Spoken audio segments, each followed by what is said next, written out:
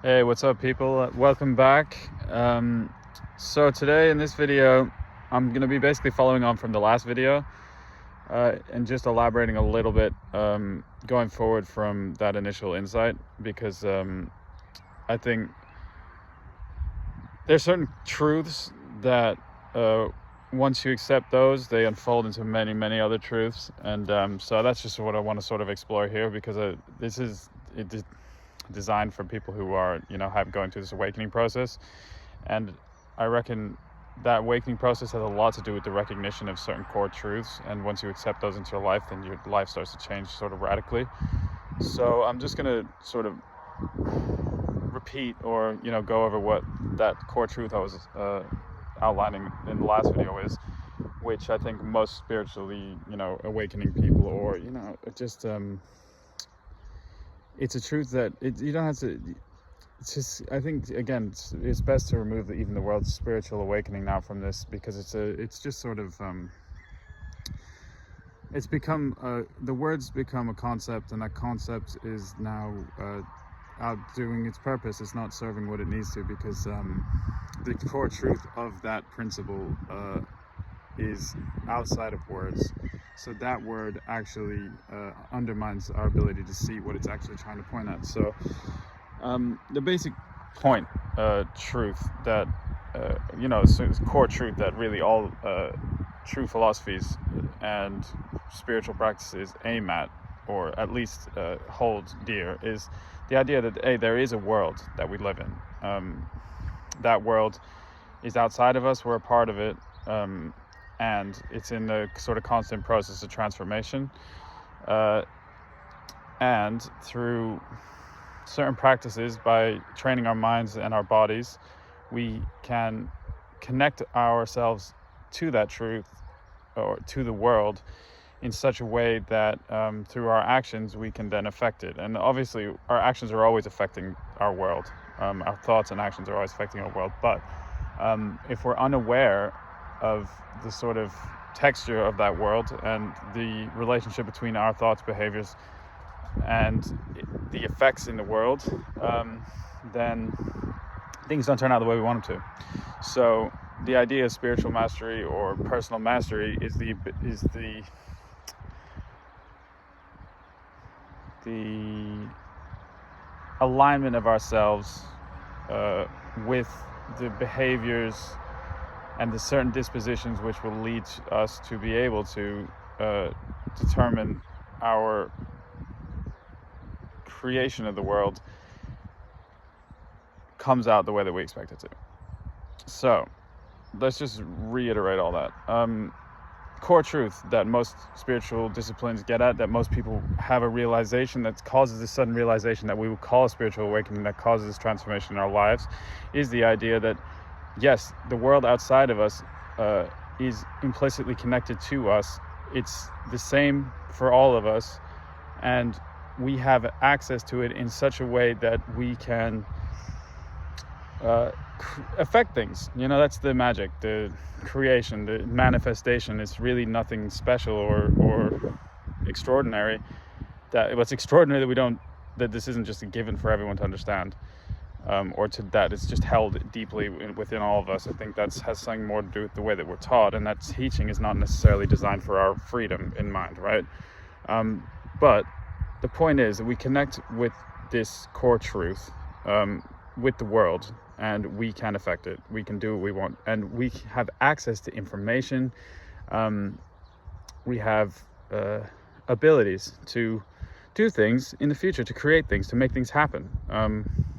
That's what we are. That's the idea of, we are made in God's image. And I don't even want to use these words, but if the idea that there is a creator creating things, that's what we do. We create things with our actions, our behaviors, our thoughts create our actions create behaviors, those behaviors create changes in the time, and those changes in time branch out over repetition of events and create butterfly effects. So that's basically the core truths. And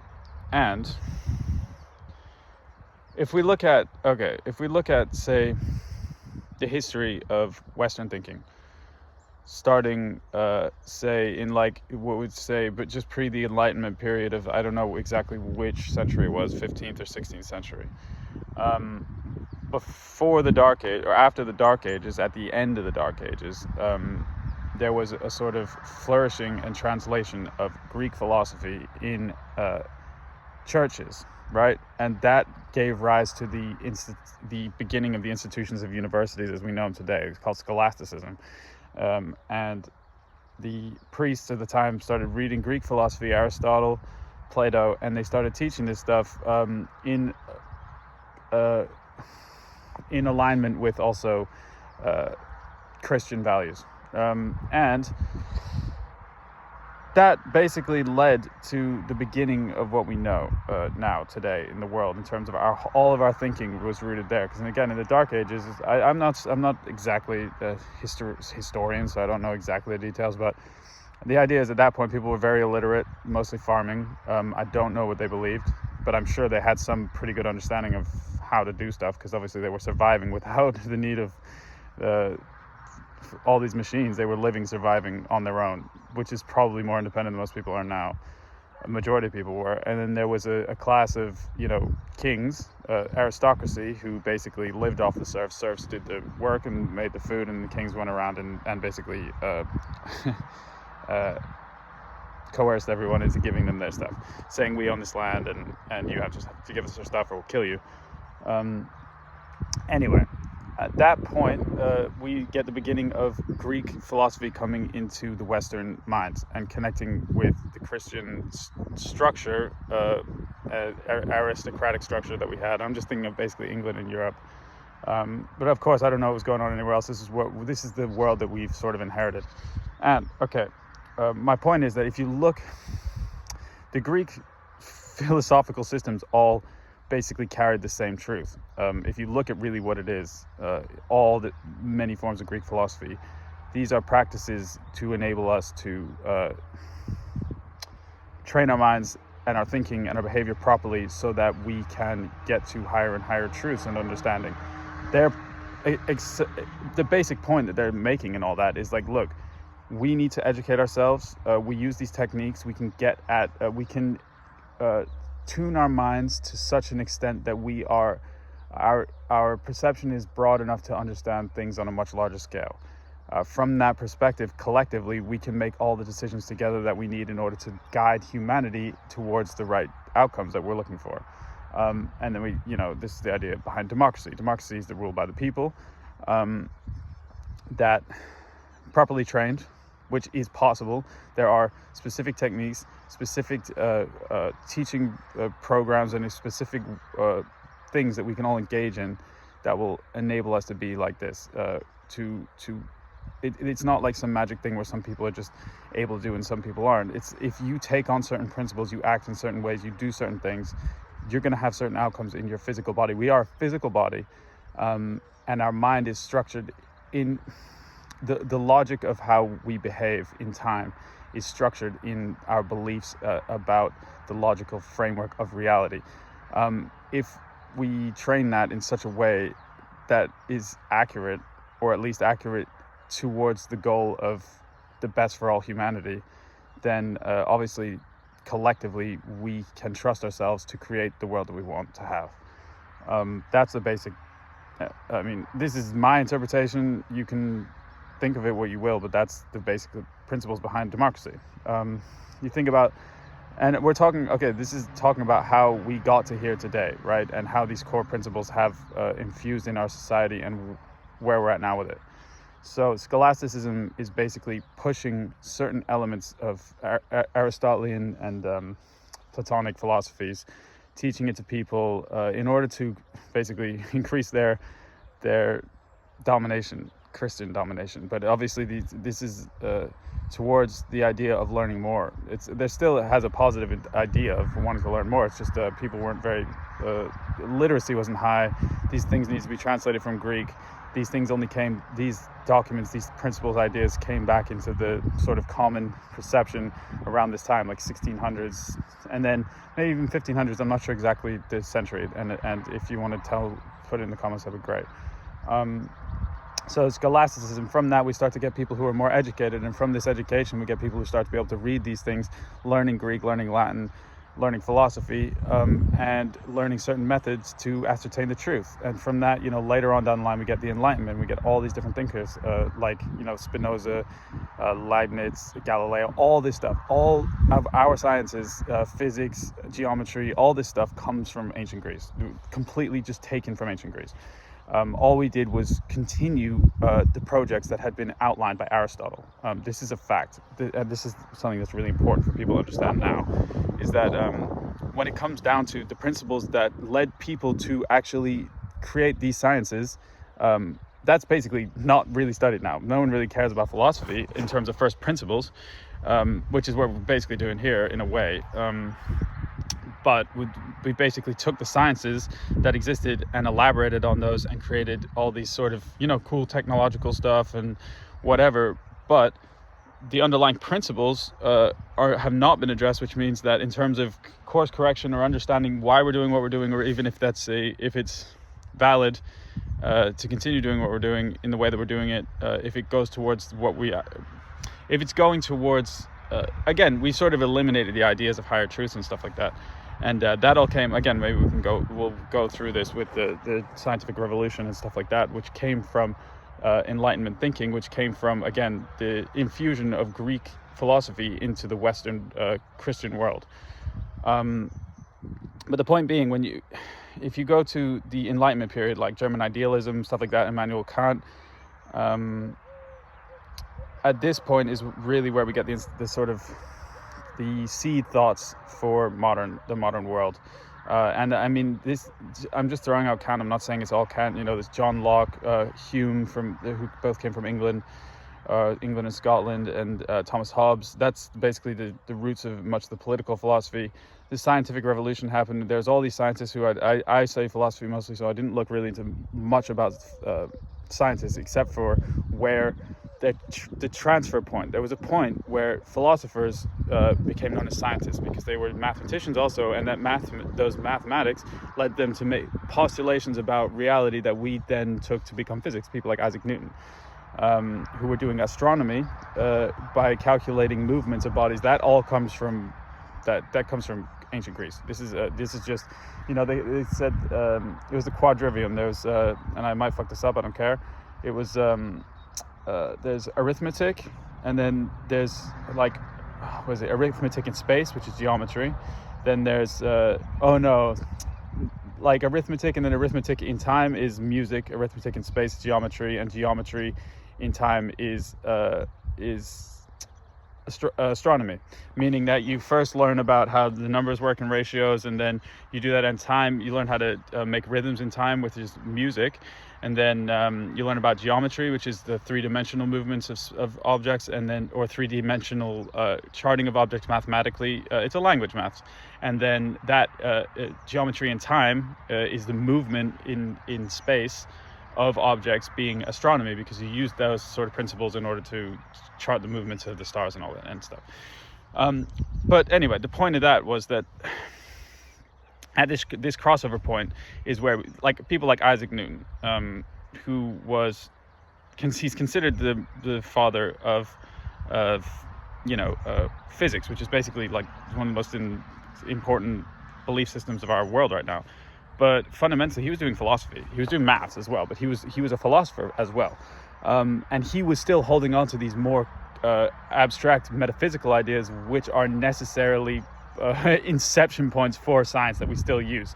But we stopped worrying so much. We've gone very into the details of the calculations, and the point behind it has sort of not been so much focused on. And of course, for that reason, these things haven't even been updated. We still hold beliefs that Newton wrote. And Newton wrote those beliefs still believing in Christian God, and a lot of the stuff he put in was in order to maintain that God exists. We just took God out of it. The same with Descartes. I think therefore I am. Basically, some of the foundation of our beliefs. If you go and ask, this stuff is still taught. There's certain people who were philosophers who are still taught in science, because those are still the core beliefs from 400 years ago, 300 years ago, whatever, that haven't been updated. not en masse at least. These things have been addressed by certain thinkers who have come since, who we do consider to be quite like revolutionary thinkers. Many of them are not really known. We talked about, I've mentioned Nietzsche before, and Nietzsche is one of them. But it's these thinkers, again, who've carried through this thread that I would say is the core truth behind all true philosophies that lead to freedom. Because the point is, the truth is we're free. The truth is we're free and extraordinarily powerful. All individuals, collectively, we create this fucking beautiful world. All of us feel like we're somehow unworthy, but we're all creating all this incredible stuff. This is all of us doing it. Even if you're not inventing, again, I'm saying this realizing right now my own bias towards this idea that scientists or whoever's studying physics is so much more incredible than everyone else, but it's not the case at all. They're just trained in a language. That language still, when it comes to the actual deeper questions that have faced humanity for eons, for centuries, and for all the great thinkers who founded everything that we know now, great thinkers, of which very few are alive now. Like all these people who we like, like our big TV show physicist peeps, they're not going to be remembered like Plato or Aristotle or Nietzsche or stuff like that. Maybe some of them will, but very few. Even Einstein, I guarantee, is not going to be massively remembered in 1,000 years' time. Or maybe Einstein, that's possible. But Einstein, again, was. If you look at his thoughts, he was not a proponent of many of the beliefs, especially about the certainty that people hold in science these days. If you look at really even in like for between 1900 and 2000, if you look at the real foundational exceptional thinkers, particularly from the earlier part of the century, like people like Einstein, Alfred North Whitehead, all these people were extremely aware. Even Nietzsche, they were all extremely aware of the limitations of our beliefs. They were all aware that there are certain problems that we still haven't dealt with we are not even at the point where the Greeks were at. And if you go back, you look at the Chinese and the Indian philosophies, all that stuff, there's stuff that they understand that we still don't understand. Okay, but let me just wrap this up. So we're starting with the core truth, a core truth. I'm not wrapping it up, but I'm just going to get to a point that I wanted to make about this in terms of just to illustrate the point of how far we still have to go and what is really going on. Like what's sort of I think the essence of this next transformation that society is going through right now.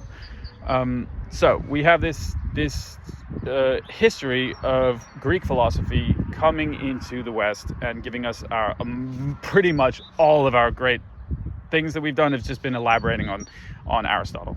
And footnotes to Plato, I forgot who said that, but that is Alfred North Whitehead. Or someone, I can't remember exactly who it was, a really great philosopher recently was like, or within the last 100 years said, which is recently for philosophy, because these things take time. He said that all philosophy since ancient Greece has basically just been footnotes to Plato. But point being that, and again, it's very interesting because if you think about these, the connection between the Greek philosophy and what we would call spiritual practices, which is a word I would rather do away with, the mystery schools, again, something that all these words have now gotten a meaning that has transcended the actual truth behind them, because it's become a thing, like an ego thing. And by that I mean it's become a thing that people think is something special, that there's some specialness to it, where it's really not. These are sets of practices that we can use to yes, the transformation of consciousness that happens is pretty extraordinary, and it's shocking, and it's extreme, and it may lead to people being and doing things that other people, if you didn't understand everything that was going on, you'd think that was something extraordinary, but it's not. Anyone can do it. It's just a matter of perseverance, dedication, and belief, and not even belief. It's you have to, in order to do something difficult, you have to have a purpose. That purpose, Nietzsche said, a person with a why can manage any how, meaning that people, to get to these extraordinary states, like we see mystics doing stuff and all this sort of thing, it takes dedication.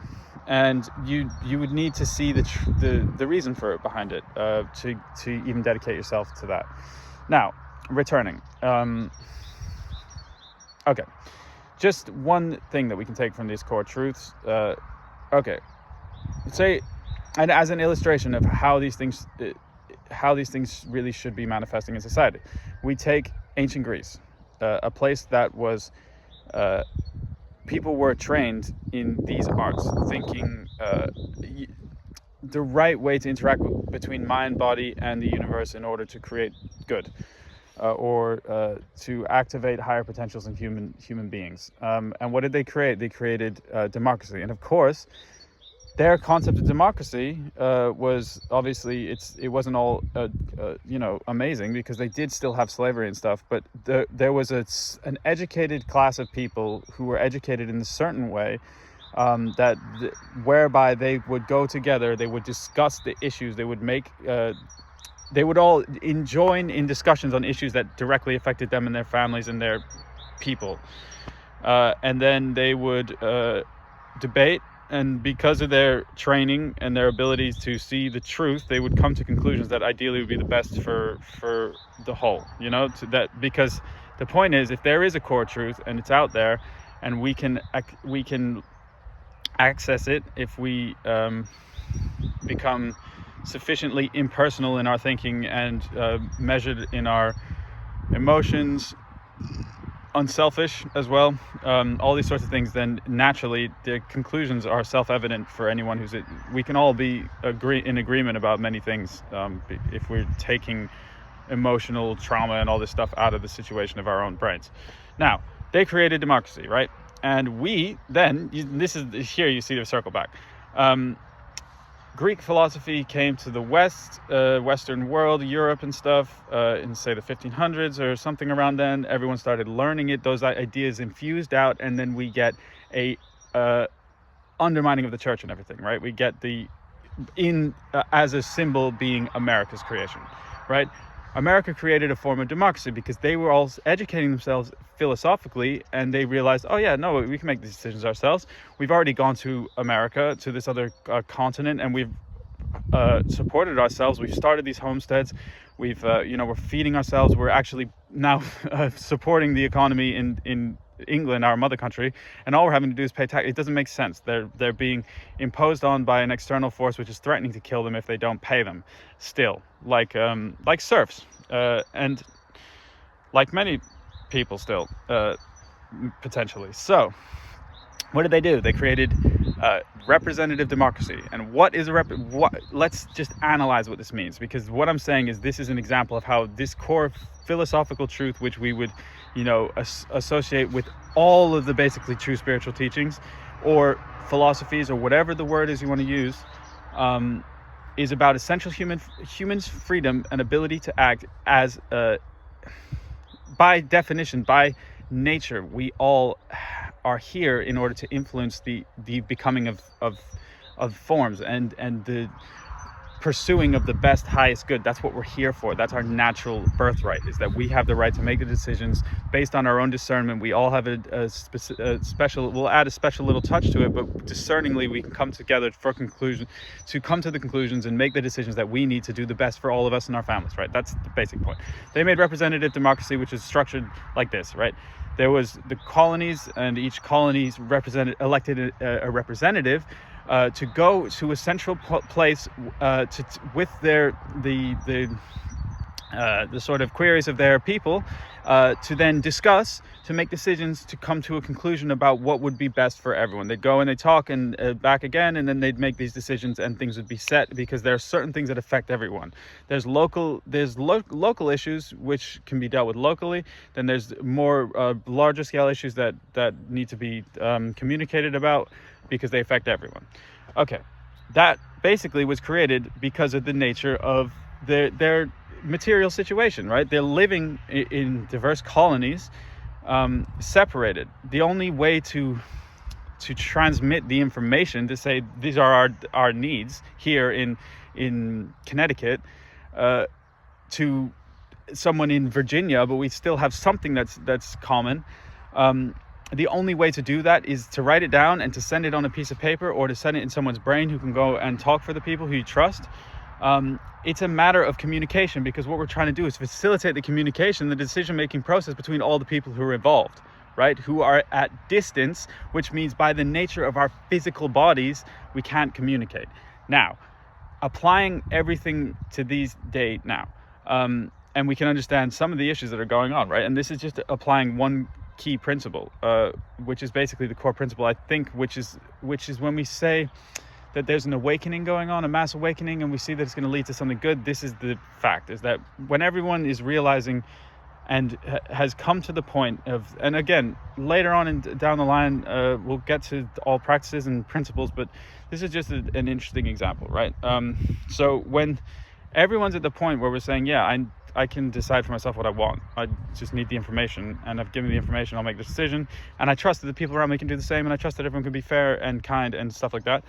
Then all I need to do is recognize that when it comes to local issues, we should all make the decisions. And since we're not limited by communication by horses and buggies and distance and time, we have literal instantaneous communication, we have all these insane capacities, technological capacity. It can easily design all the voting systems, which are completely non-centralized, in order to facilitate all the necessary decisions that we need to make. And all it would require is that people spend the time to say, okay, yeah, when do we want the bins to, there's the problem with the bin men, how are we going to pay them, all this stuff. That's all completely now manageable without the centralized authority, without having to elect anyone. The communication can be done directly, interpersonally. It can all be collated by machine. So there's no real need anymore for representative democracy, and it's actually time we can do direct democracy.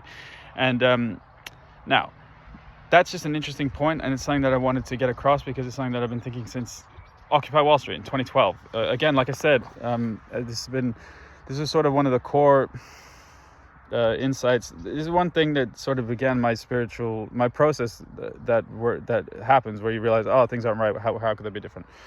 But it all comes from the same core truth.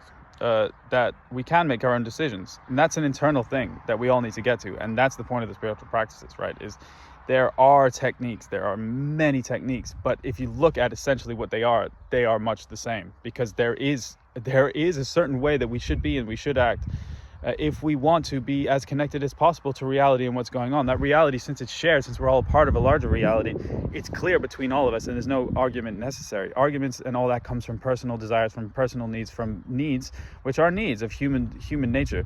As soon as need becomes a part of it, then our literal body drives cause us to act emotionally in ways that causes what we would call conflicts, but it's just raised emotions. Again, because of how we've all been raised, brought up, the way that things have been taught to us, we're not great at dealing with this stuff yet.